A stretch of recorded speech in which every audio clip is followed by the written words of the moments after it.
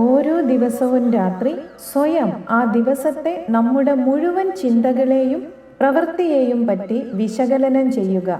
വിശകലനം ചെയ്ത് മനസ്സിലാക്കിയ കാര്യങ്ങളുടെ ഒരു ഡയറി അല്ലെങ്കിൽ നോട്ട് തയ്യാറാക്കുക. കാലക്രമത്തിൽ നമ്മളിൽ വരുന്ന മാറ്റങ്ങൾ നമുക്ക് തന്നെ മനസ്സിലാക്കാൻ സാധിക്കും. ഓരോ പ്രവൃത്തി ചെയ്യുമ്പോഴും സമയം കിട്ടുമ്പോൾ ഒരു ബ്രേക്ക് എടുത്ത് ഒരു നിമിഷം നിശ്ചലമായിരുന്ന് താൻ ഈ നിമിഷം എന്താണ് ചെയ്യുന്നതെന്നും എന്തൊക്കെയാണ് ചിന്തിക്കുന്നത് എന്നും വിശകലനം ചെയ്യുക. പല വഴി പോകുന്ന മനസ്സിനെ തിരിച്ചു കൊണ്ടുവരാൻ അത് സഹായിക്കും.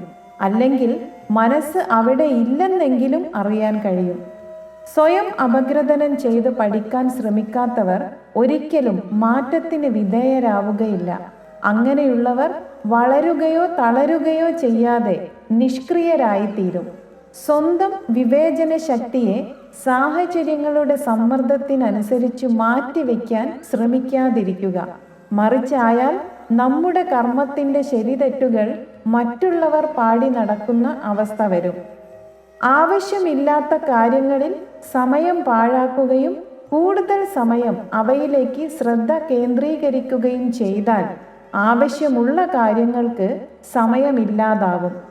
നമ്മുടെ ജീവിതം സ്വയം നഷ്ടപ്പെടാനല്ലെന്നും നമ്മുടെ തന്നെ ജീവിതത്തിനുമേൽ വിജയം നേടാനാണെന്നും മനസ്സിലാക്കുക. സ്വന്തം കർത്തവ്യങ്ങളെ മറക്കുകയോ മാറ്റിവെക്കുകയോ ചെയ്യുന്നതാണ് ഏറ്റവും വലിയ പാപം എന്ന് മനസ്സിലാക്കുക. ജീവിതം നമ്മളിൽ നിന്ന് എന്താണോ ആവശ്യപ്പെടുന്നത് അത് കഴിവിൻ്റെ പരമാവധി ഉപയോഗിച്ച് ചെയ്യാൻ ശ്രമിക്കുക.